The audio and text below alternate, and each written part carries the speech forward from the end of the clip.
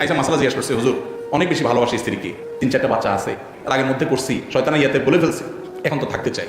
কিন্তু ওনার বিবরণ শুনে আমি বললাম, ভাই কোনো সুযোগ নেই, আল্লাহর কাছে মাপ চাইছি, আর জীবনে করবো না, অনেক তওবা করছি। উনি মনে করে এটা গুনাহ করে তওবা করার মতো। আমি বলি, ভাই একটা ছুরি আইনে আপনি আমার বুকে ঢুকে দিলেন, দেওয়ার পরে এরপরে জিম্বা কামাতে বলছেন, হুজুর সরি, আমি শেষ। কিন্তু এরপরে আপনি যত সরি বলেন আমার জিন্দা হবো আমি। তালাকটা এরকম, আর সম্পর্ক হবে না। যদি আপনার স্ত্রীকে খুব বেশি মহব্বত করেন, আগের স্ত্রীকে, এখন তার স্ত্রী না, আগে স্ত্রী ছিল, তালাক হয়ে গেছে এখন, তাহলে ভালো ছেলে দেখে বিয়ে দিয়ে দেন। এই কথা শোনার পর চোখের পানি ছেড়ে দেয় যে হুজুর কিছু করেন না, আমরা কিছু করেন। বেশিরভাগ মানুষ, শতকরা 90% বেশি মানুষ তালাক দেওয়ার পর 2 বছর পরে হোক আর 2 মাস পরে হোক আর 10 বছর পরে হোক আফসোস করে যে ভুল হয়েছে, কিন্তু তখন আফসোস করে আর কিছু করার থাকে না।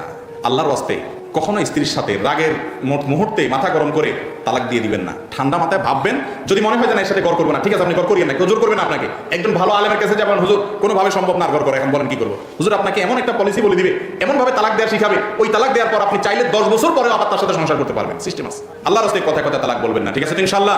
খুব সাবধান থাকেন, আর যা করেন তালাক দিয়েন না।